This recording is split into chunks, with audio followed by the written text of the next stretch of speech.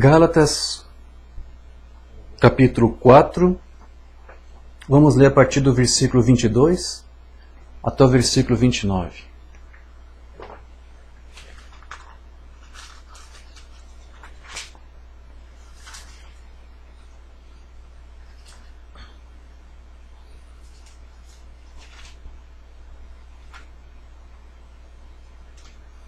Gálatas capítulo 4, verso 22 em diante, diz assim a palavra do Senhor. Porque está escrito que Abraão teve 2 filhos, um da escrava e outro da livre. Todavia, o que era da escrava nasceu segundo a carne, mas o que era da livre por promessa. O que se entende por alegoria, porque essas são as 2 alianças, uma do monte Sinai gerando filhos para a servidão, que é Agar. Ora, esta Agar é Sinai, um monte da Arábia, que corresponde a Jerusalém que agora existe, pois é escrava com seus filhos. Mas a Jerusalém que é de cima é livre, a qual é mãe de todos nós. Porque está escrito, alegra-te, estéril, que não dás à luz, esforça-te e clama, tu que não estás de parto, porque os filhos da solitária são mais do que os da que tem marido. Mas nós, irmãos, somos filhos da promessa. Amém? Amém. Como Isaque. Mas como então aquele que era gerado segundo a carne, Ismael, isso, perseguia o que era segundo o Espírito, assim é também agora. Curva tua fronte, vamos falar com o Pai. Querido Deus, amado Pai Celestial, estamos nesse instante te invocando mais uma vez uma palavra de oração para suplicar a tua bênção, a tua graça e a tua presença no nosso meio, para que nós possamos, Senhor, receber de Ti o maná neste momento para nos alimentar, para nos sustentar. Queremos ser cheios da Tua presença e da Tua glória, Senhor. Não apenas aqui que estaremos ministrando a palavra, mas onde quer que ela for alcançada, onde os lábios dos Teus filhos estão sintonizados conosco agora nessa transmissão, que Tu possas chegar em cada um desses lares, cada um dessas famílias, Senhor, nossa igreja ali, Francisco Morato. Receba, Senhor, a nossa adoração, nossas súplicas. Precisamos da Tua presença, precisamos da Tua glória, porque somos indignos, somos fracos e sem Ti não somos nada. Não podemos nos manter de pé por nós mesmos. É Tu que tem que nos sustentar, Senhor, e é em Ti que nós confiamos. Então, pedimos que, através da Tua presença, pela palavra que vai ser ministrada, Tu possa fazer isso, fortalecer nossas vidas e nos encorajar, nos dar mais esperança, nos dar mais coragem, mais ânimo, que Tu alerta e desperta a Tua igreja, Senhor, que aqui está. Porque estamos aqui com o propósito de servir e ser Tuas testemunhas. Mas temos que ser preparados por Ti para isto. Temos que ter discernimento para isto. Ajude, Senhor, através da Tua palavra, a nos dar essas coisas. Discernimento. Discernimento para compreender o que Tu quer que a Tua igreja faça. Discernimento para compreender as coisas que Tu não quer que a Tua igreja faça. É o que nós te pedimos, Senhor. Essa é a nossa súplica, e crendo que Tu nos responde, nós te agradecemos. No nome amoroso de Teu Filho, Jesus Cristo. Amém. Amém, Jesus. Sublime graça do Senhor, que a um infeliz salvou. Eu cego fui, mas vejo já. Perdido ele me achou. Amém. Podemos tomar vossos assentos. Vejam, meus queridos, que nessa escritura que nós lemos aqui do apóstolo Paulo aos Gálatas, ele disse que havia um conflito lá entre alguém que ele disse era alguém nascido segundo a carne, um filho da escrava, e ele usou isso como uma alegoria, como um tipo de um povo religioso, que no caso ele associou com Israel, que estava ali vivendo ainda de uma aliança, a aliança que Deus fez com eles no Sinai. E ele disse, e esse conflito era com seu irmão, Isaque, que era um filho segundo a promessa, porque Deus prometeu ao casal, Abraão e Sara, que eles teriam um filho. E eles estavam já avançados em idade, mas Deus cumpriu a sua promessa e lhes deu um filho. Paulo pega tudo isso e diz, assim somos nós somos filhos da promessa, ou seja, nós pertencemos à eleição. Porque quando Deus disse para Abraão, olhe para os céus e conte as estrelas se você puder, e Abraão olhou e disse, não posso, não tem como contar, assim será a tua descendência. Amém. Isso foi uma promessa. Glória a Deus. E nós somos parte desses filhos de Abraão. Somos filhos daquela promessa que Deus fez ao nosso pai. Nada a ver com a carne e com o sangue, mas atributos. Cada estrelinha ali tipificava ali atributos que estavam lá na mente de Deus antes da fundação do mundo. Abraão olhou e disse, eu não posso ver isto. Mas quando ele disse, assim vai ser a sua descendência, a Escritura diz que Abraão falou, eu creio. Então ele já conseguia fazer um F5, ele conseguia atualizar a página, e agora eu conseguia olhar e dizer, tá bom, ali está toda a minha descendência. Ali estão todos os filhos de Deus. Assim será os filhos da promessa. Se tu disse, pai, eu creio. Mas em meio aos filhos da promessa viriam os filhos servos, filhos de escravos, escravos de sistema, eles estariam juntos com os filhos da promessa. E pegando essa alegoria, Paulo disse, veja, Ismael combateu, perseguiu Isaac, e isso foi durante toda a história. Foi lá no passado, e irmãos, agora aqui em nossos dias, ali no início dos Atos dos Apóstolos, ele disse, agora é a mesma coisa. Como foi lá, assim é também agora. Essa perseguição da igreja natural, como o Bruno chamava, ele dava vários nomes, Igreja natural, igreja híbrida. Essa perseguição, ela está sendo feita até mesmo nos dias de hoje, nos dias de agora. Mas ao longo de todas as eras, isso sempre aconteceu. E a Bíblia faz registro dessas perseguições. Paulo fez menção, o Brandon também fez menção, e eu quero ler algo onde ele fala isso, no seu livro, Uma Exposição das 7 Eras da Igreja, a partir da página 53. Eu já comentei isso antes, mas é nesse livro onde o Umbanda mais faz menção das duas vinhas, a vinha verdadeira e a vinha falsa, a igreja natural e a igreja espiritual. Então aqui ele diz o seguinte, há uma verdadeira igreja e há uma falsa igreja. Há os filhos da promessa e há os filhos do escravo, ou da escrava. Há uma verdadeira vinha e há uma falsa vinha. Mas é claro que a falsa igreja, o corpo da falsa vinha, ela sempre procurará usurpar a posição da verdadeira igreja e sustentar que ela, e não os eleitos, não os filhos da promessa, são os verdadeiros e autênticos. A falsa, a igreja natural, ela vai tentar se apresentar para você de todas as maneiras para dizer, nós temos o original, nós somos os tais. Eles vão tentar provar isso de todas as formas, seja com sinais, e eles têm sinais para fazer, seja com templos, para dizer, olha o tamanho do templo que temos, nós somos os tais, nós somos os originais, nós somos os verdadeiros. O Umbanda está tentando resumir aqui, de uma certa forma, com poucas palavras, um dilema que sempre existiu em toda a história da igreja. Aí ele vai dizer assim, a falsa procurará matar a verdadeira. Matar, pegar uma espada e... Houve um tempo que ela fez isso. Mas hoje ela consegue matar de outras formas. O ladrão, ele rouba, mata e destrói de inúmeras maneiras. Consegue matar sonhos, consegue matar famílias, consegue matar um desejo de alguém servir a Deus. Consegue. Com uma falsa doutrina, com uma mentira, ela consegue fazer isso. Umbanda disse, a falsa procura matar a verdadeira. Se a igreja conseguisse entender o quão real é isto aqui, talvez levariam mais a sério. Talvez levariam mais a sério a sua vida cristã. Como o ministro que conversou comigo ontem ali no casamento que celebramos, Irmão, aqui em Belém houve muitos problemas, houve muitos grupos, houve muitos ismos, mas como isso foi possível? Se o ministro está bem alicerçado, não vai deixar isso acontecer. É verdade. Então, se isso aconteceu, é porque deixaram de vigiar. Eles têm que entender, há uma falsa vinha, ela quer matar a vinha verdadeira. Nós temos que começar a levar a sério isso aqui. Isso aqui não é uma hipótese do Umbanda, não é um idílio, não é uma quimera, não é uma fantasia, não é uma utopia, é real. A falsa igreja quer matar a verdadeira. Verdade. E ele vai citar alguns exemplos. Foi assim lá no livro de Atos. Houve várias situações que os apóstolos foram perseguidos e eram religiosos, judeus. Porque os primeiros perseguidores da igreja, quem foram? Foram o povo de Israel, foram os judeus, você lembra?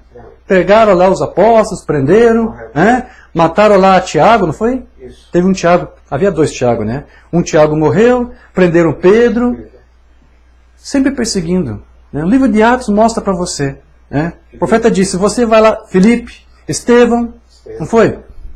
Veja, é assim que é exposto nas 7 eras. No decorrer das eras históricas da igreja, sempre houve essa perseguição da falsa igreja perseguindo a verdadeira.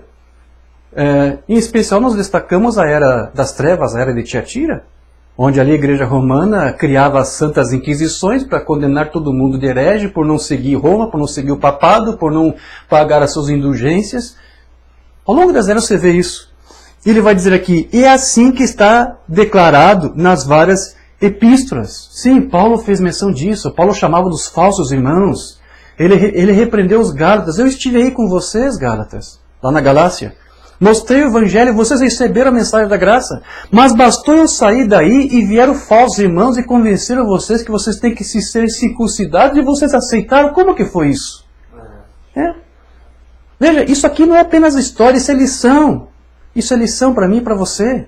Se você deixa a guarda, vai vir alguém com uma outra mensagem, com uma outra palavra, com outro ismo e vai escravizar um povo, pode escravizar igrejas inteiras, tabernáculos inteiros.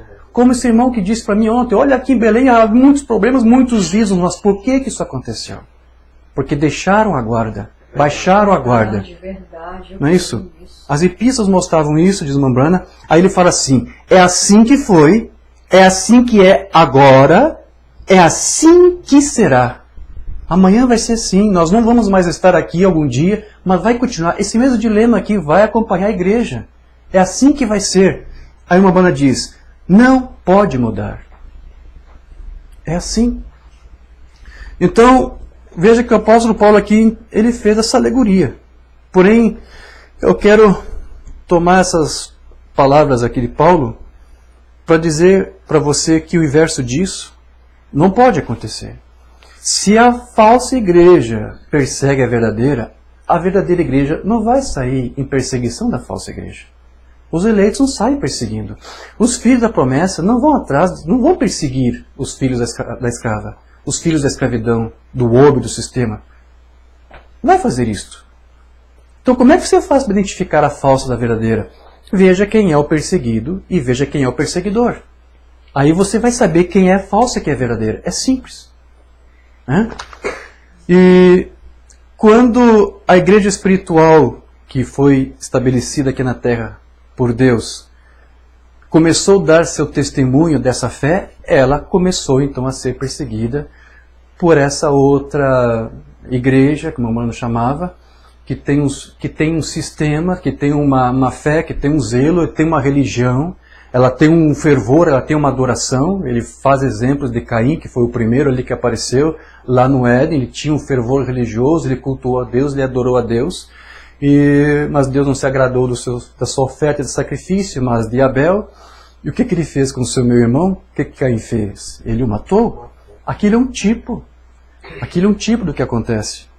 Então, quando Mambrana nos conta sobre esse problema dessas divisões, das perseguições, ele sempre mencionava de que o desejo de Deus, então, quando ele estabeleceu a sua igreja aqui, sabendo que ela seria perseguida, é de que ela sempre procurasse viver uma vida separada. E essa é a principal razão do porquê ela é perseguida. A igreja espiritual é perseguida por ela ser uma igreja que Deus separou. Deus separa o seu povo dos ismos. Mambrana disse que a igreja eleita ela é chamada por Deus para sair fora do mundo, para sair fora do sistema, porque ser cristão é basicamente o quê? Viver uma vida separada para Deus. Não separar-se para um homem, para um sistema, para um tabernáculo, para Deus, para a sua palavra, não para o que o homem disse, mas para o que Deus disse. Amém. Deus te chamou para você se separar para isto, para ouvir a isto. Amém. E Paulo ele se apresentou também nas suas epístolas como uma pessoa separada. Eu fui separado, deixa eu citar aqui, Romanos 1. Paulo, servo de Jesus Cristo, chamado para apóstolo, separado para o Evangelho de Deus. Sou separado. Era assim que se apresentava. Né? É assim que nós temos que nos apresentar também. Quem é você, irmão Nahib? Um homem que Deus me separou para ser testemunha dele. Amém. Quem é você, irmão Davi? Alguém que Deus separou para viver uma vida só para ele. Quem é você, querida irmã Nara? Alguém, uma mulher que Deus separou para poder viver e testemunhar somente dele. E ouvir apenas a ele e obedecer somente a ele. Amém. Você tem que fazer isso, disciplinar-se a isso. Aleluia. Né? Romana disse uma mensagem que nós não temos traduzida, a fé vem pelo ouvir. A voz de Deus falou com ele e disse, Abraão, separa-te do teu povo. Desde o início ele sempre disciplinou seus filhos. Nosso pai na fé, Abraão, Abraão, separa-te. Eu coloquei uma igreja aqui, eu quero que essa igreja se separe de tudo. Verdade. Não é estranho que Deus nos faz separar-nos? O problema é que às vezes a gente demora para se separar. Nós ficamos teimando com Deus, nós ficamos teimando com o homem, teimando com o sistema, teimando com o grupo, e às vezes Deus tem que fazer até criar problemas, situações difíceis para que você, o que está acontecendo? Por que isso está acontecendo comigo? Você é um chamado de Deus, Deus te chamou para você viver uma vida separada. Se eu estou fazendo isso é para te despertar. Separa-te, afasta-te daquilo que é errado. Né? Hoje o mundo quer o quê? Misturadores. Não é isso, diz Mombana? Mas Deus quer separadores. Diga isso. Deus quer separadores. Sim. O mundo diz, bem, nós não queremos aquele velho pastor, ele é um velho conservador, ele não crê em deixar-nos fazer isto, aquilo outro, nós queremos um jovem que seja um misturador, ou seja, que ceda um pouquinho ali e um pouquinho aqui, que acrescenta algo ali, que tira algo lá, misturador. É isso que as igrejas querem hoje. É isso que a falsa vinha faz. É isso que a igreja natural faz. É com isto que ela combate a verdadeira. Mas Deus quer separadores. Amém? Amém. Separar-se. O Espírito Santo disse, separa-me, Paulo e Barnabé. Separa para mim. Eu tenho uma coisa que quero fazer através deles, mas eles têm que ficar separados de vocês. Vocês estão certos, mas há uma coisa que eu quero que eles façam e eles têm que separar. Separa, aparta para mim. Sempre quando Deus quer usar alguém, isso vai fazer. Se Ele quer usar você, quem quer que está aqui, quem quer que estiver nos ouvindo agora, se você quer ser usado por Deus, ou se Deus quiser usar você, a primeira coisa que vai fazer, Ele vai separar você de onde você está, de alguma coisa que talvez você esteja fazendo, e que vai atrapalhar o programa dele. Ele vai dizer, afasta aí, separa-se daí. Como esse irmão que há pouco dissemos, esteve aí em algum lugar, num tabernáculo, por tantos anos e disse, eu agora estou separado. Ele está entendendo, porque esse é o chamado de Deus para a sua igreja, para a sua noiva, para a igreja eleita. Então todos os filhos da eleição, eles vivem uma vida separada. E sempre foi Deus quem separou o seu povo daquilo que é errado. Não é exatamente você, é Deus que faz isso. É Deus que opera em você tanto o seu querer como o seu realizar segundo a sua boa vontade. Um outro sermão sem tradução entre nós ainda, irmão, na mensagem a Abraão, irmão Bana diz aqui, quando Deus chamou Abraão, sendo ele de 75 anos de idade, ele disse, separa-te da tua parentela. É estranho como podemos mudar isso hoje. As pessoas mudam. Vamos nos juntar, vamos nos unir, vamos fazer um grupo grande aqui, mas o que é isso? Isso é o que a Torre de Babel fez, não foi? É isso que a igreja natural faz, ela quer reunir, ela quer agrupar. O mamãe está criando essa situação, mas a igreja natural, ela se separa. Deus chama para uma total separação das coisas de Deus. Saí do meio deles, diz a Bíblia, e apartai-vos do Senhor, e eu vos receberei. E eu serei para vós como pai, e vós sereis para mim como filhos e filhas, diz o Senhor Todo-Poderoso. O mamãe está citando aquela escritura. Vê? Uma separação. Deus separa o seu povo, o certo do errado. É Deus que separa você daquilo que é errado. É Deus. Agora, então, como a Bíblia está dizendo aqui que Deus faz isso, Deus nos separa, então não há como, na verdade, você separar as duas igrejas, porque elas sempre estão juntas. Esses filhos da promessa e os filhos da escrava, a alegoria de Paulo, estão sempre juntos. E um quer combater o outro, e um quer escravizar ou perseguir, ou até mesmo matar a verdadeira. E a verdadeira a vinha verdadeira, muitas vezes, ela até pode deixar de ser abençoada justamente por estar ali misturado. Quando Deus quer separadores, mamãe disse. E às vezes se mistura com aquilo que está errado, com uma doutrina, com um grupo que não está, na verdade, sendo guiado pelo Espírito Santo, mas por espírito de algum outro homem. Né? Então, não pode, no ensino mamãe, não pode haver bênção. Uma família não pode ser abençoada. Um homem, uma mulher de Deus não pode ser abençoado enquanto não viver uma vida separada. Amém. Outro sermão sem tradução? Recebendo, ouvindo e agindo sobre a palavra de 60. Abraão, novamente a situação de Abraão. O caso de Abraão. Lembre-se, enquanto eles estavam associados à igreja natural e à igreja espiritual, eles nunca receberam a bênção. Jacó nunca foi abençoado até que ele se separou de Esaú.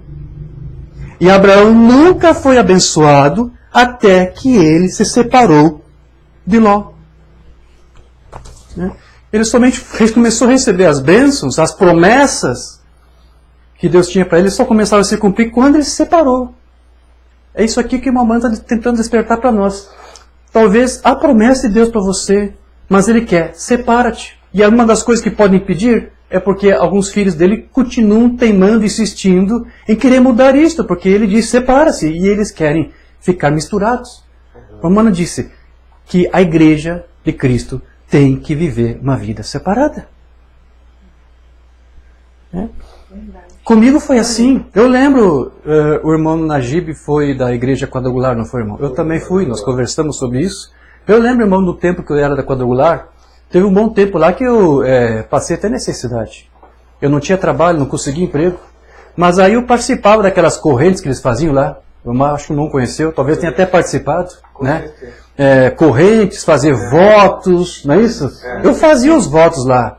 Numa congregação lá, onde eu era até inclusive o obreiro, colocava lá um monte de envelope ali com valores. Né? Se você pegar o envelope daquele valor e contribuir com aquele valor, você vai ter uma bênção. Mas eram vários valores ali. Então eu tentava lá até pegar o envelope com valor menor, porque embora eu não tivesse dinheiro, quem sabe eu conseguisse. E quem todo mundo pegava, os envelopes com valores menores, só ficava o grande lá, os 100, os 500 reais. Eu não tinha a oferta que eles queriam que eu desse para Deus. Mas eu fazia as outras campanhas que eles diziam, faça uma campanha de não sei quantas semanas. Eu fazia. E eu orava e não havia resposta. Era impressionante. Eu não conseguia trabalho. Mas teve uma ocasião, então, que eu dei um basta. Eu dei um basta. Mesmo sendo um obreiro credenciado, eu dei um basta, irmão. Eu já conhecia a mensagem, tudo. Eu resolvi, não, chega. Eu saí, eu me separei. Escrevi uma renúncia para o Ministério Quadrangular, saí daquele ministério e acredite se quiser, em menos de 2 meses, eu já estava trabalhando de carteira assinada. Amém. Glória a Deus. Separa-te. Deus não vai te abençoar enquanto você não viver uma vida separada. Eu sei o que eu estou dizendo. Eu vivi isso aqui. Isso aqui que a mamãe está dizendo para você não é teoria. Então, veja, o maior problema que nós temos enfrentado é que a igreja natural, a igreja híbrida, como a mamãe chamava, ela rejeitou a sua primogenitura. E ela quer que a igreja espiritual também faça a mesma coisa. E por isso que Deus enviou para nós nesse último dia, este profeta com o ministério de Elias, para trazer para nós de volta a nossa primogenitura, que posso aqui resumir na forma da mensagem, da fé apostólica. Isso é a nossa primogenitura, isso é a nossa herança.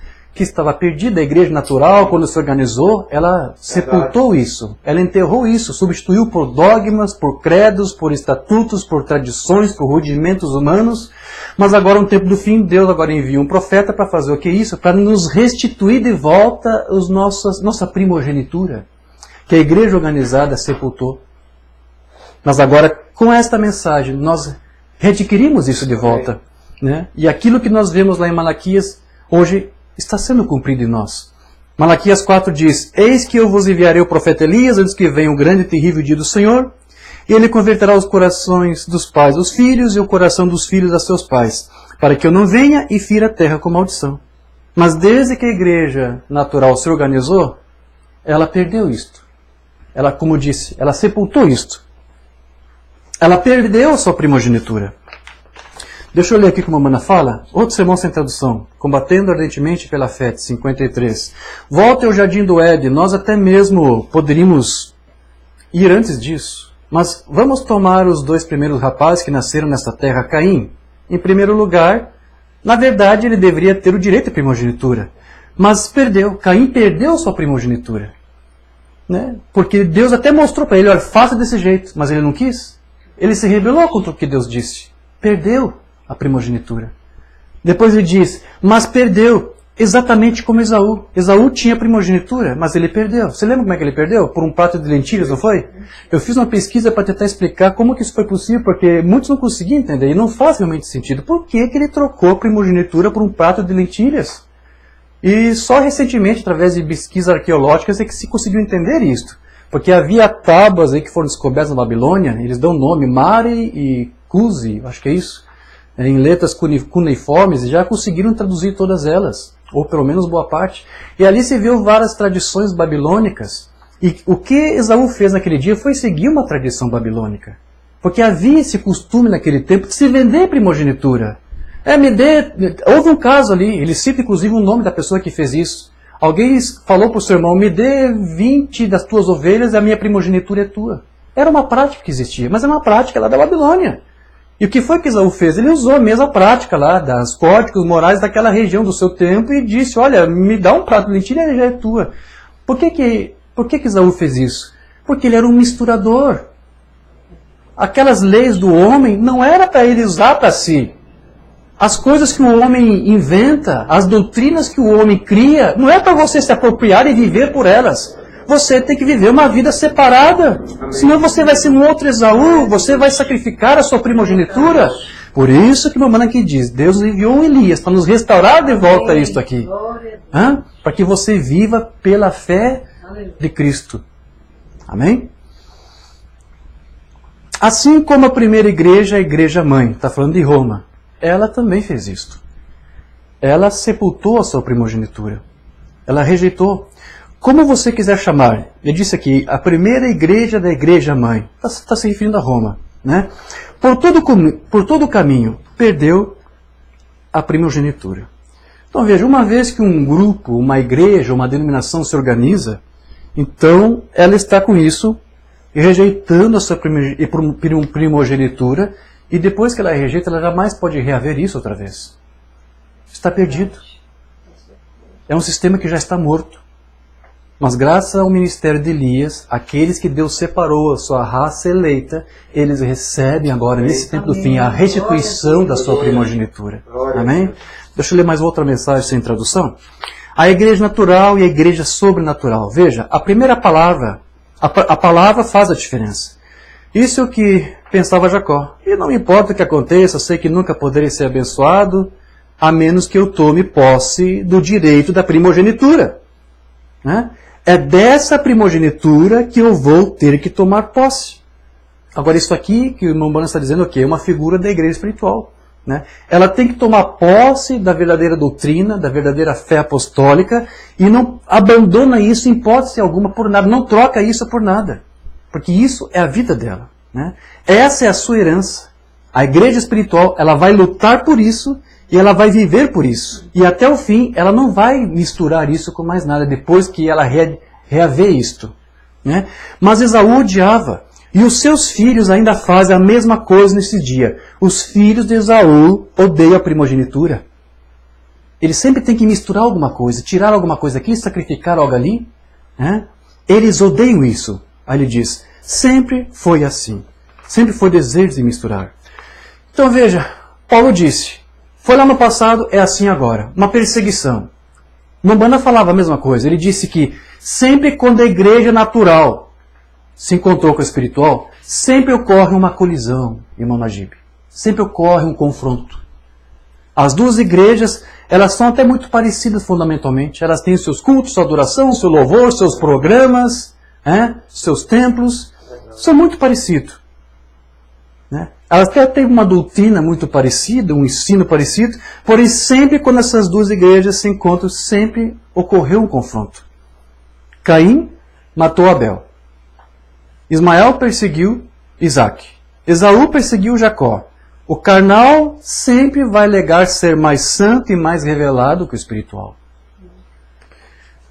Deixa eu ler algo que o Mambana diz. Muda Deus seu parecer? Nós sabemos que Balaão era um profeta e Balaque era o rei de Moabe na época.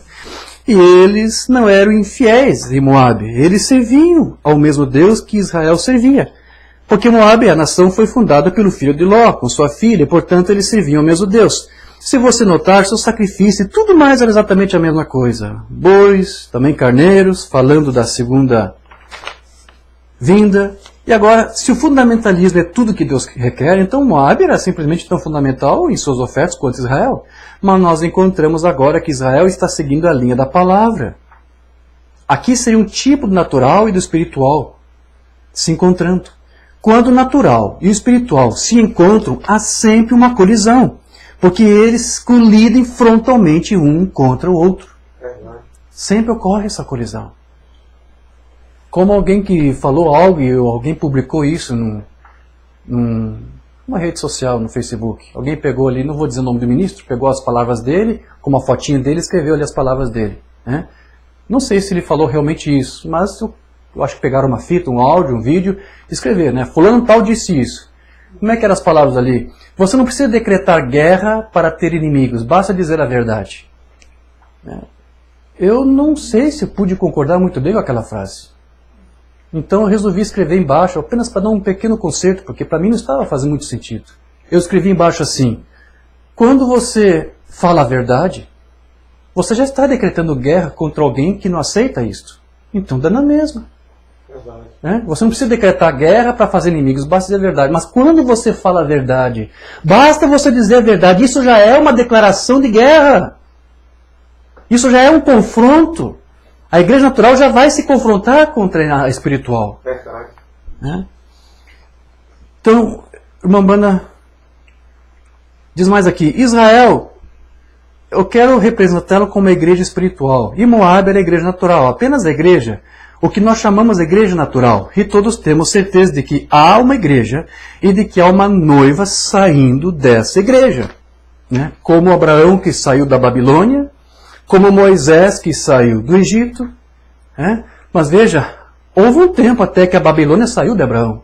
Assim como houve um tempo até que o Egito saiu de Moisés. Então um passo é você se separar. O outro passo é aquilo onde você estava, que te impregnou, sai de você. Quanto mais tempo você ficou naquele lugar, mais tempo talvez leve para sair. Porque isso vai às vezes até as medulas e ossos, mas Deus, Ele é o curador divino, Ele é o restaurador. Então leva o tempo que levar, vive uma vida separada, até que todas as feridas cicatrizem. E até que tudo aquilo que estava na memória fique para o passado. Aquela perseguição, aquelas decepções, tudo Deus vai curar, Deus vai sarar. Deus somente pôde usar Moisés até que ele sarou suas feridas, tirou suas habilidades do Egito que estava sobre ele, sobre Abraão. Nós temos que fazer isso. Então veja que sempre onde as duas igrejas se encontram, há um desacordo entre as duas sementes. Caim ficou com ciúmes de Abel, como eu disse, porque Abel fez o que era correto, porque ele teve uma revelação, e Caim também tinha a sua revelação, mas a revelação dele estava errada. A igreja natural tem uma revelação, mas quando você passa pelo crivo da palavra, você vê que falha. O teste da palavra mostra que aquela revelação está errada. Deixa eu ler algo mais que o Mambana fala sobre isso. Estamos falando do confronto entre essas duas igrejas. Há um confronto, há um desacordo. E o Mambana também vai dizer que, por causa desse quadro aqui de Caim, porque o que foi que Caim teve por Abel? Ele teve ciúmes. A igreja natural tem ciúmes da igreja espiritual. Ele disse na mensagem: muda Deus seu parecer. Eu penso que é isso que Abel teve no princípio, uma revelação espiritual. Nós encontramos em Abraão e Ló a mesma coisa. Em uma escolha, porque Ló desceu. Quando chegou o tempo, quando a igreja espiritual e a natural tiveram desacordo, por causa dos pastores, eles tiveram de separar-se um do outro. E sempre que isso acontece, causa ciúme. Não é da natural tendo ciúmes. Não é da igreja espiritual tendo ciúme natural. É a igreja natural tendo ciúmes da espiritual. Veja, irmã Anara, Não é a igreja espiritual quem tem que ficar se lamentando ou reclamando do que a igreja carnal faz. Tem que ser o inverso. É a igreja carnal que tem que ficar murmurando e reclamando do que a igreja espiritual está fazendo. Da posição que ela está tomando por viver uma vida separada.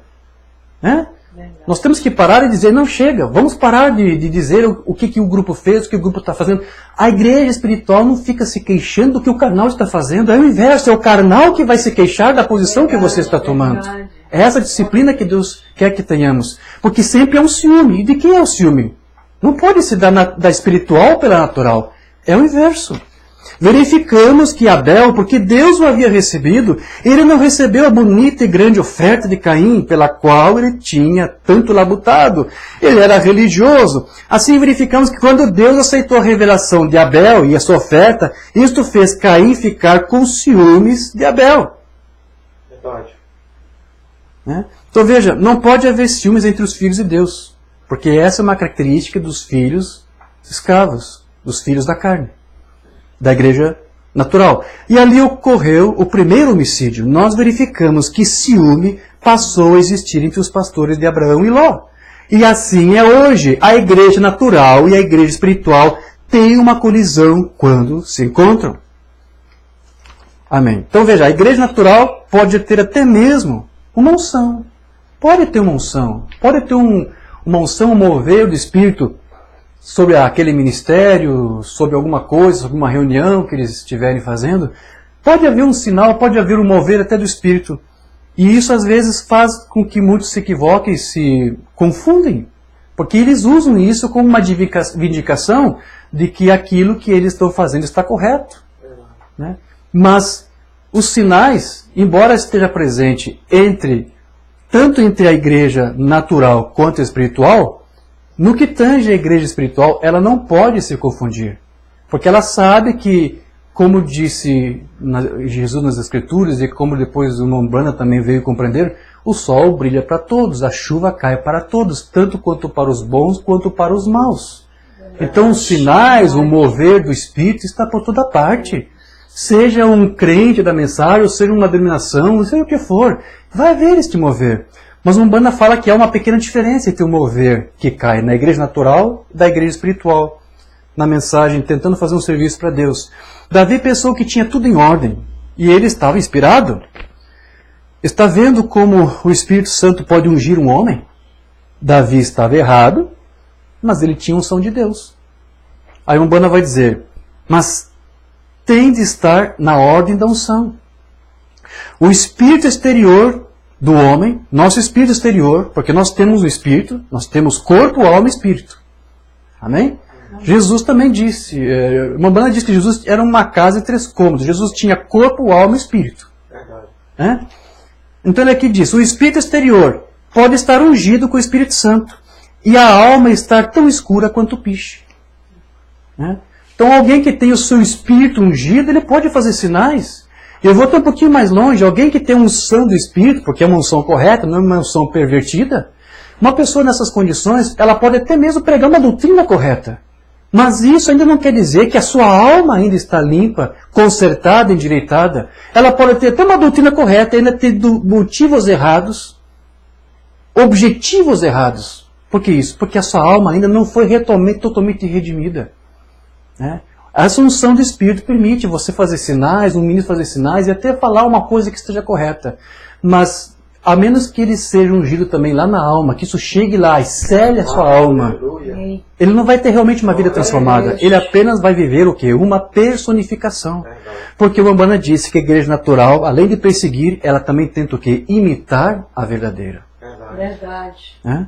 Então, quando o espírito exterior do homem é ungido com esta unção do Espírito, ele pode fazer sinais, ele pode até falar algo que esteja correto, irmão Najib. Mas ainda assim, ele pode estar errado em outras coisas. Ok. Aí ele continua assim, aqui. Alguém pode ser ungido, ser ungido com o Espírito Santo e realizar tantos milagres quanto pode a igreja verdadeira. E ainda assim, estar errado em outras coisas. A igreja, a falsa igreja, ela sempre vai tentar mostrar para você que ela possui algo de espiritual para tentar vindicar o seu ensino, o seu ministério, né? E é por isso que esta é a era mais enganosa que estamos vivendo.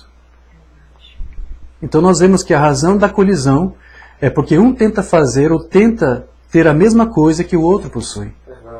Embora ambos adoram a Deus e querem servir a Deus, ambos professam uma fé, porém só um deles é de fato guiado pelo Espírito Santo. Romana disse, tão logo se chocaram e um viu o que o outro estava fazendo, houve uma grande personificação do outro. É aí que eu quero chegar agora. Né? A confrontação e há também o quê? Uma imitação. Um do outro. E aí é onde encontramos hoje que nós realmente temos personificações demais. Temos imitações demais do verdadeiro. A tal ponto que as pessoas não conseguem mais discernir hoje o que é falso e o que é verdadeiro. Porque realmente é muito parecido.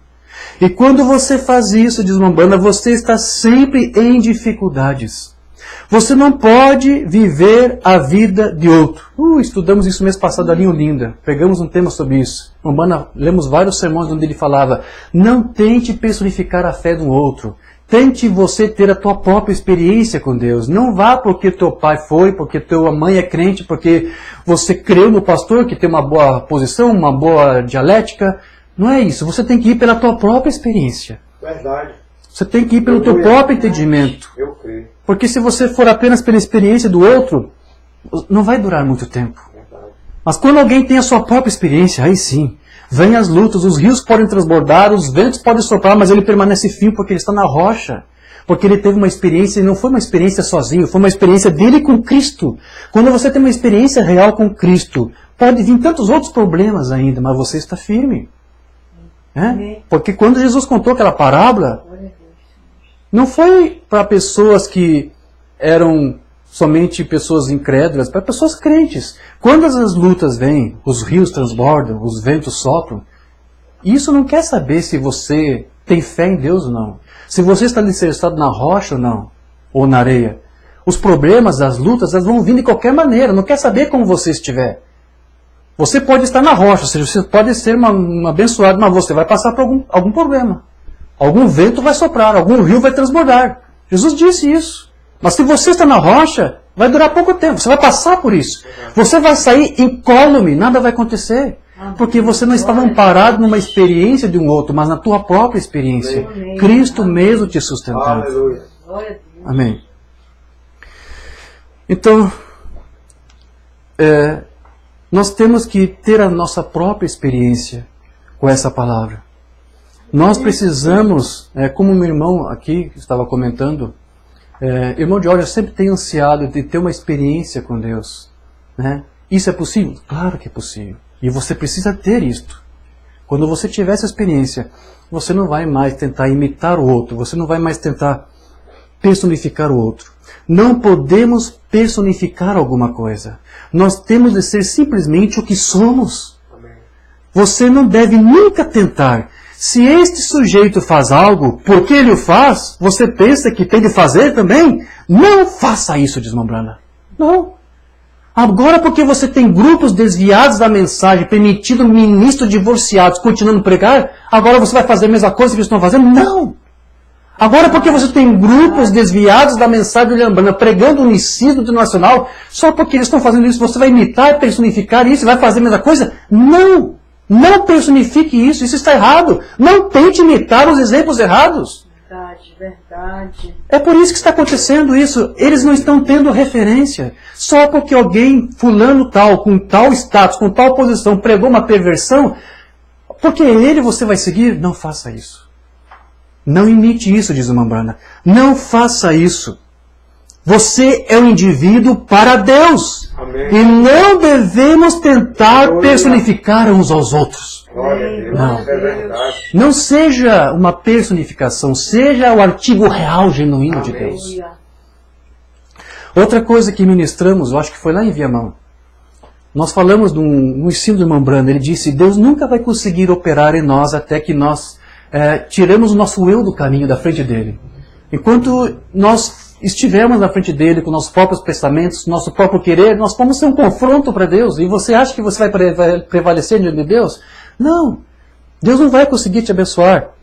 Deus não vai conseguir alcançar você. A palavra dele vai ser inócua, vai ser infrutífera, enquanto você estiver no caminho dele. Mamãe dizia, saia do caminho. Tira o teu eu da frente. Humilhe-se, rejeite-se, sujeite-se. Foi tão fácil você se sujeitar a um homem, por que você não consegue sujeitar a Deus, que é muito mais poderoso?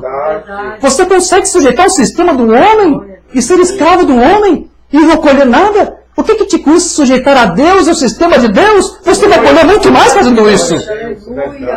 Glória a Deus! Aqui uma banda vai dizer assim, a única coisa que você precisa fazer para saber que Ele está aqui é remover-se do caminho. Irmão Jorge, eu não tenho visto Deus se movendo, mas claro, você está no caminho dele. Você está com os seus próprios pensamentos, tira os seus pensamentos do caminho. Tira o teu eu do caminho. Então você vai ver Ele se mover. Ele está aqui, Ele está real, Ele está aqui agora. Ele está aqui agora. Ele está dizendo aqui, a única coisa que você precisa fazer para saber que Ele está aqui é remover-se do caminho. Vê? Enquanto você estiver no caminho, Deus não pode fazer nada por você. Separa-te. Saia do caminho. Então você vai ver Ele se movendo. Quando você pensa os teus pensamentos, os pensamentos de Deus não têm chance. Você trocou os dele pelos teus. As escolhas que Ele fez para você pelas suas próprias escolhas, Deus não tem nenhuma chance. Você não tem como viver uma vida abençoada. Eu fiquei lá pagando os votos a quadrangular. Deus eu não dei chance para Deus me abençoar, porque eu estava lá misturado com aquele povo. Mas quando eu saí, quando eu entendi isso aqui, então Deus teve uma chance e me abençoou. Deu uma chance para Deus, irmã Ana. Deu uma chance para Deus, irmão Najib. Deu uma chance para Deus, irmão Davi. E você vai ver Deus se movendo. Aleluia. E tudo aquilo que o ladrão tentou roubar, matar e destruir, há um Deus que restitui tudo isso. Glória a Deus. Enquanto você estiver no caminho, Deus não pode fazer nada por você. Quando você pensa os teus pensamentos, os pensamentos de Deus não tem chance. Mas se você parar de pensar os teus pensamentos e pensar os pensamentos dele, meus pensamentos não são os vossos pensamentos. Disse ele, se houver algum louvor, se houver alguma virtude, pense nessas coisas, pense nas coisas de Deus. Deus quer o melhor para você. Deus não quer que você viva como escravo. Paulo diz, não vos torneis escravos de homens. Separa-se, porque eu sou separado. Separa-se. Pense como Deus quer que você pense.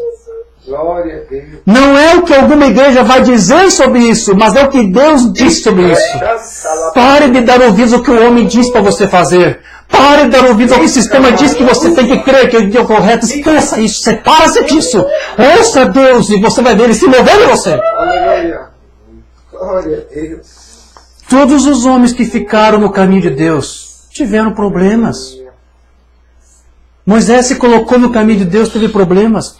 Abraão se colocou no caminho de Deus, teve problemas. Porque saíram da Babilônia, não é verdade? Saíram do Egito, mas o Egito ficou com eles. A Babilônia ficou com eles. Mas quando eles entenderam, eles se separaram. Então Deus se moveu. Abraão teve problemas, Jacó teve problemas, Jonas teve problemas. E eles entenderam que eles somente poderiam ser usados por Deus quando eles vivessem uma vida separada e tirassem o seu eu fora do caminho. Aleluia. Amém. Amém. Veja, isso é uma batalha que nós temos que travar. É uma batalha que nós temos que travar não com o diabo, não com o homem, mas com nós mesmos. Mamãe disse que a maior batalha, a maior vitória que Jesus teve foi quando Ele venceu a si mesmo. Quando Ele disse, Pai, eu tenho uma vontade, mas sabe de uma coisa? Eu não quero mais saber da minha própria vontade. Qual é a sua? Eu quero fazer a tua vontade. Mamãe disse que Jesus somente foi vitorioso lá no jardim do Getsemane porque Ele saiu do caminho. Foi essas palavras que a mamãe usou. Jesus venceu a si mesmo. O maior inimigo que Jesus poderia ter não era o diabo, era Ele mesmo. Mas quando Ele saiu do caminho, então Deus pôde agir e fazer o programa dele vingar e se cumprir. Quando nós vencemos a nós mesmos, então Deus pode, como Ele disse, ter uma chance de resolver nossos problemas. Quando nós saímos do caminho. Mamãe disse, o meu maior inimigo é o William Branham, porque eu fico muitas vezes no caminho, mas quando eu saio, quando eu venço a mim mesmo, então Deus se manifesta. Essa é a batalha que nós temos que vencer. Amém. Vencer a nós mesmos. Parar de lutar contra Deus e tirar nosso eu do lugar. Mensagem em comunhão. Agora, se Deus não poupou o seu próprio filho do teste cruel, então Ele não poupará você do teste cruel. as chuvas vão vir, os ventos vão soprar, e eles não querem saber se você está aprovado, se você está na areia, se você está na pedra, eles vão vir de qualquer jeito. Você vai ter que passar por um teste cruel. Mas se você está na rocha, você vai passar por esse teste. Amém. E você vai vencer esse Eu teste. creio. Então ele disse, se Jesus não foi poupado, se Deus não poupou seu filho, você quer ser melhor que Jesus? E Jesus estava aqui enfrentando o maior teste que ele já havia tido. O Getsemane foi colocado diante dele, onde aquele definitivo e último teste todo o suficiente deveria vir, quando as cargas, todo mundo foram colocadas sobre os seus ombros. Não havia ninguém em todo o céu ou terra que pudesse alguma vez sustentar a não ser ele. E saber que todos os pecados, dos pecados passados e pecados presentes, futuros, repousavam sobre essa decisão. E foi uma das maiores vitórias que Cristo já ganhou e provou a sua grande messianidade, quando ele disse a Deus, não a minha vontade, mas a tua seja feita. Essa foi a maior vitória que ele já tinha ganho. Quando? Quando ele venceu a si mesmo. Amém. Quando você vence a si mesmo, Satanás já está derrotado. Eu creio. Amém? Então, veja, Mamana diz que Jesus somente foi vitorioso porque ele se rendeu a Deus. Se você fazer de Jesus Deus, você vai ter dificuldade para entender isso. Como é que alguém vai se render a si próprio? Jesus teve que se render a Deus. E quando ele fez isso, então Deus fez do seu filho um vitorioso. E quando você se rende a Deus, Deus faz de você um vitorioso. Chuva temporã e serôdia. Falando aqui de Jesus, né? Deus estava nele. Por que Deus estava nele? Porque ele não havia nascido em pecado. E porque ele tinha uma maneira de render-se a si mesmo a Deus. Jesus rendeu a si mesmo a Deus. Amém? Renda-se a Deus, meus queridos. Renda-se a Deus. Aleluia, glória a É? Deus. Tanto quanto pudermos. O tanto quanto Bilbrano, ou seja, o tanto quanto eu possa sair do caminho, Deus entrará. Mas enquanto William Bana está ali, então Deus não tem maneira de entrar. É o mesmo com você. É hora de sairmos do caminho e não olharmos as coisas como nós queremos olhar. Não fazemos da maneira como nós pensamos, mas deixando que Ele faça os nossos pensamentos. Deus vai colocar em você o querer dEle. Deus vai colocar em você o pensamento dEle, o desejar dEle. Então veja, muitas bênçãos às vezes são impedidas de nos alcançar porque nós ficamos no caminho. Nós mesmos somos responsáveis. Outro sermão sem tradução. Há somente uma coisa que nos impedirá de sermos abençoados, que é nós mesmos. Somos nós mesmos que nos impedimos de ser abençoados. Não culpe o diabo. O diabo pode tentar enganar você, mas se você está na rocha, você não tem como ser enganado. Glória a Deus. Aleluia. Bendito. Então vamos simplesmente sair do caminho e nos esvaziar. Esvazie-se. E dizer, agora Senhor Jesus, apenas entre e assuma o controle. Aleluia. Jesus, irmão Bana aqui está nos ensinando. Jesus, entra no controle deste problema que eu estou tendo. Esvazie-se. Não tente você buscar uma solução. Deixe Deus ser a tua solução. Irmão de ódio, eu acho que você está fugindo do tema. Não estou fugindo do tema. Eu estou falando aqui das duas vinhas. E as duas vinhas estão lutando uma contra as outras. E muitas vezes, quando a vinha verdadeira é afligida, é porque a própria vinha falsa impõe sobre a verdadeira essas aflições. Impõe através de uma falsa doutrina, porque ela tira de você o mover de Deus. Ela tira de você o mover do Espírito Santo. Porque permitiu você dar razão a uma outra doutrina, um outro pensar, um outro pensamento. Porque aqui uma banda diz, há duas vinhas, há duas igrejas. E uma tem um pensamento diferente da outra. E uma quer até imitar a outra. Então, nós precisamos saber ter o discernimento daquilo que é verdadeiro e daquilo que é falso. Porque Jesus disse, uma banda disse, Deus é quem separa os seus filhos daquilo que é errado. Amém? Quando há uma postura errada é porque há um ensino errado por trás disso. Todo proceder errado tem que haver uma coisa por trás, um espírito por trás, uma fé por trás, uma fé híbrida, uma doutrina. Então, e tem que haver um falso ministério também por trás disso, uma falsa vinha por trás disso. Porque a vinha verdadeira é instruída corretamente e se tem uma postura correta. Pode ter as lutas que eu disse, mas ela vai viver uma postura correta, com um bom testemunho. Glória a Deus. Mamona falava muito disso, da igreja híbrida.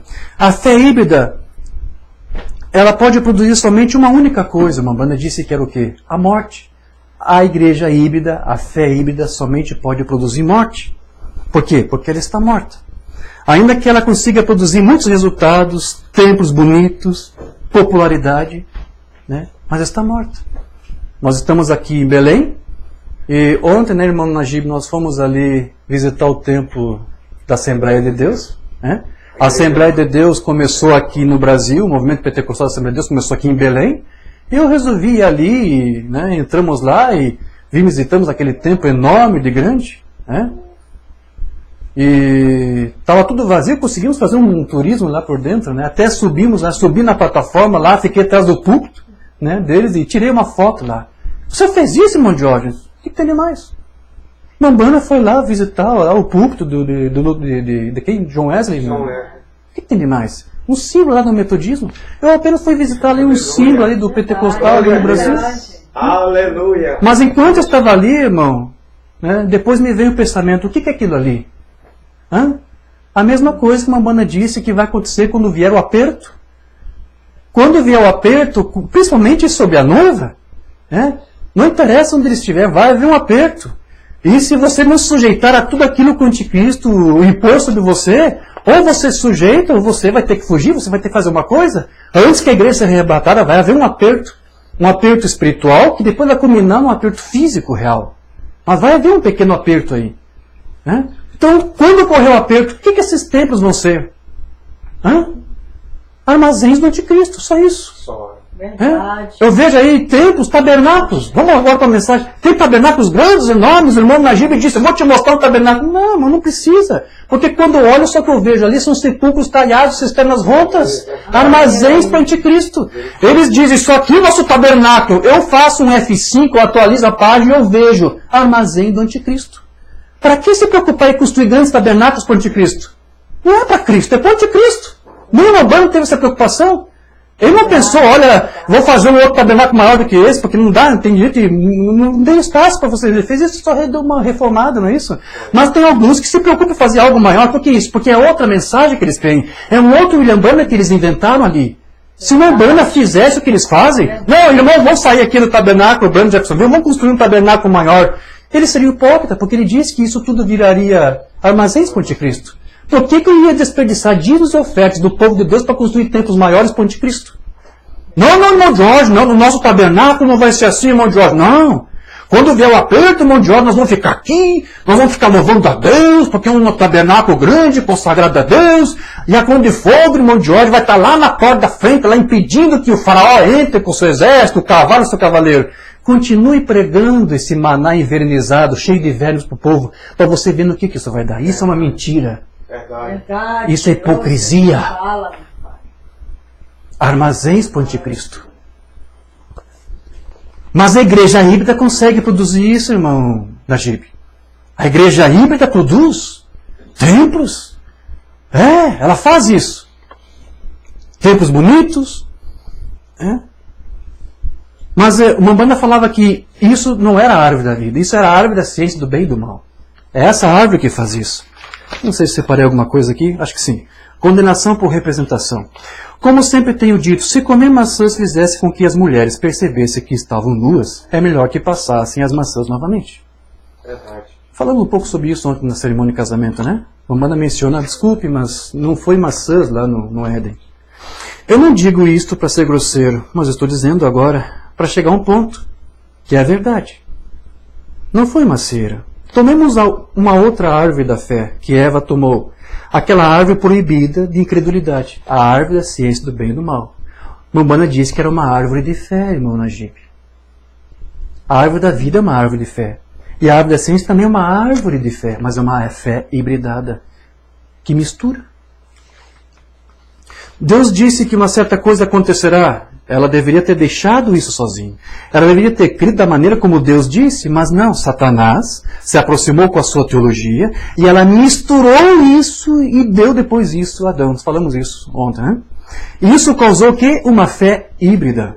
Isso que a igreja tem hoje, a chamada igreja, uma fé híbrida. Está misturada com medos, com dúvidas, com agitações. Se fosse a fé genuína, ela não mudaria. Quando Deus dissesse alguma coisa, seria assim, mas veja, ela misturou isso. Tomou o que Deus disse e o que Satanás disse, misturou junto e disse, aqui está. É assim que muitas pessoas fazem hoje. Hoje eles tomam o que a Bíblia diz e o que o homem diz, criam uma fé híbrida, e quando eles criam, eles trazem de volta. Cria uma igreja bonita, sim, para poder dizer, nós somos os tais. Né? Mas são armazéns do anticristo. Verdade.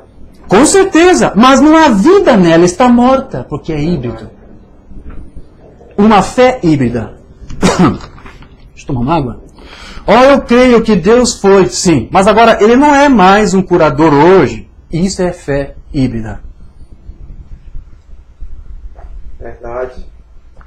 Creio que ele deu o Espírito Santo aos pentecostais, lá no passado, no dia do Pentecostes, mas isso não é para nós hoje. Fé híbrida, condenada por Deus, híbrida, sem benefício. Fique longe disso. Afasta-se da fé híbrida. Ela é má, ela traz dúvidas. Talvez eu possa ser curado, talvez Deus possa salvar meu filho. Fé híbrida. A fé híbrida te põe dúvidas. Não duvide de Deus. Não duvide das suas promessas. Não duvide que você é um filho dele. Aleluia. Se você é filho da promessa, as promessas são para você. Essa é a fé da igreja. Queremos a fé de Deus. Amém. Mensagem aqui, condenação por representação. Deus, se as pessoas simplesmente pudessem ver isso, se eu pudesse simplesmente socar isso nas pessoas, Jesus morreu para que ele pudesse tirar as pessoas dessas coisas da igreja híbrida. A igreja híbrida faz ver você uma vida de fracasso. Porque você põe tudo em dúvida.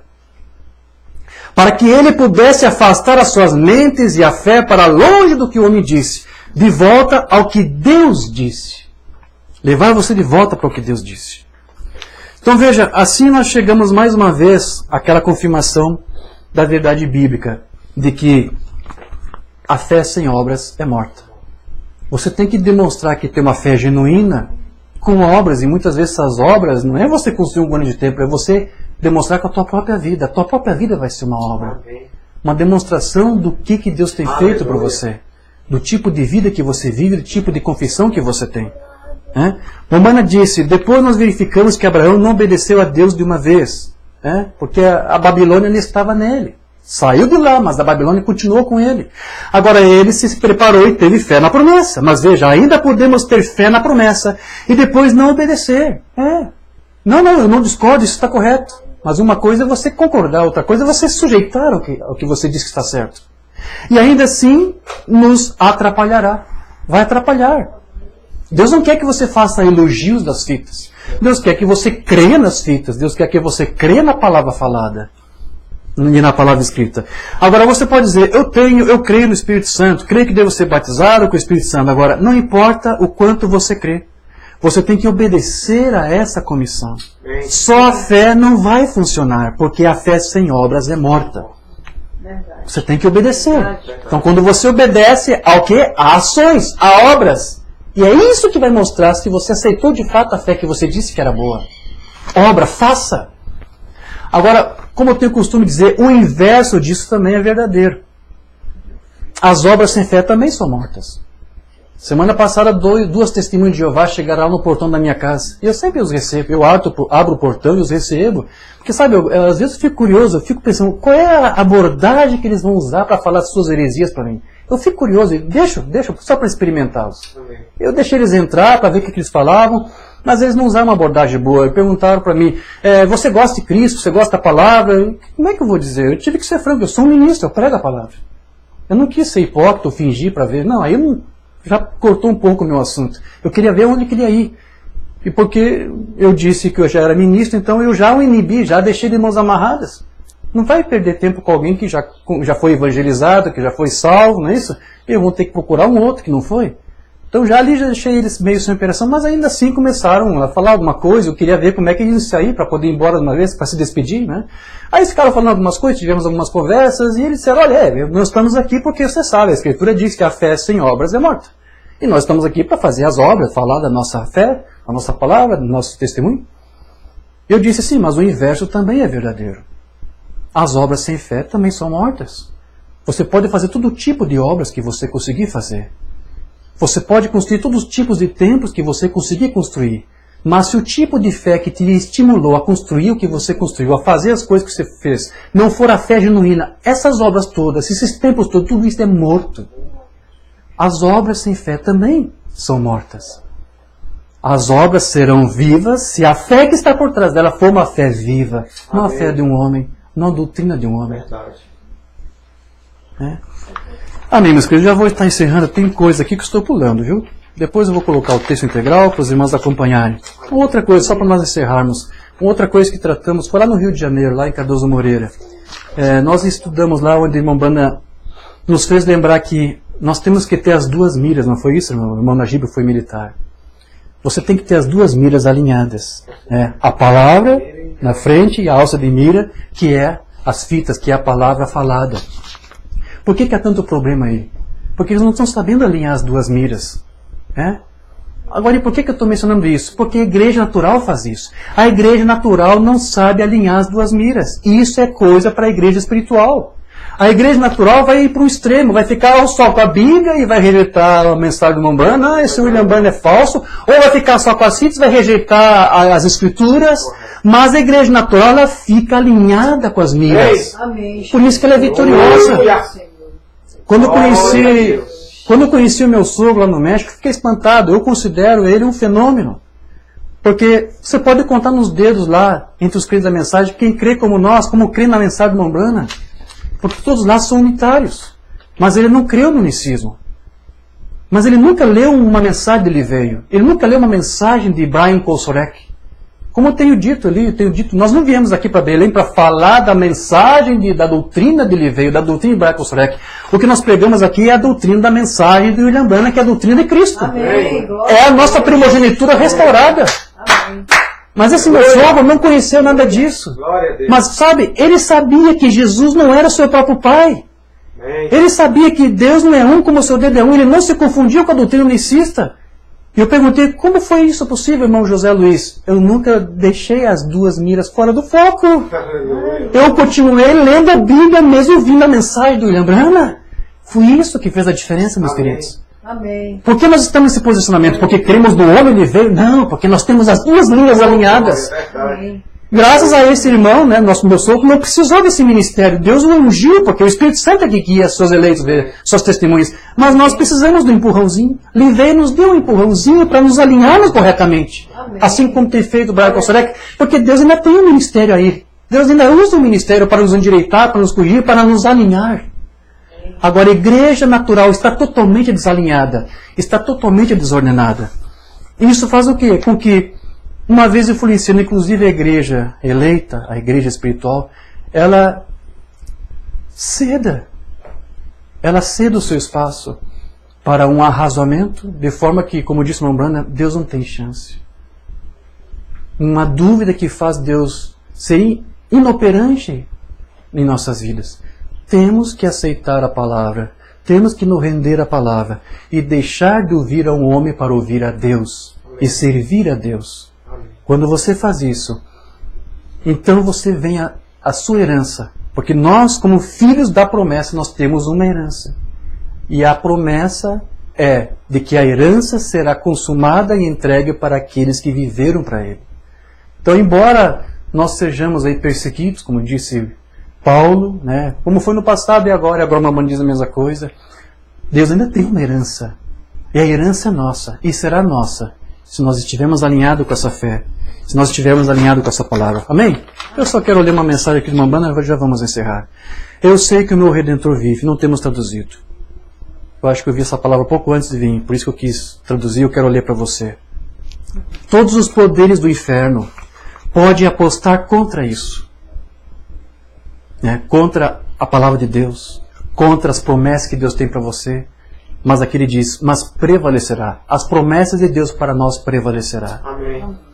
Temos a promessa eterna de Deus. Pode haver mestres, pode haver aumento de ismos, como o irmão aqui disse, aqui em Belém muitos ismos. Pode haver grandes programas, pode haver coisas que parece que seriam destruídas, as coisas de Deus, Mas nunca pode ser destruído.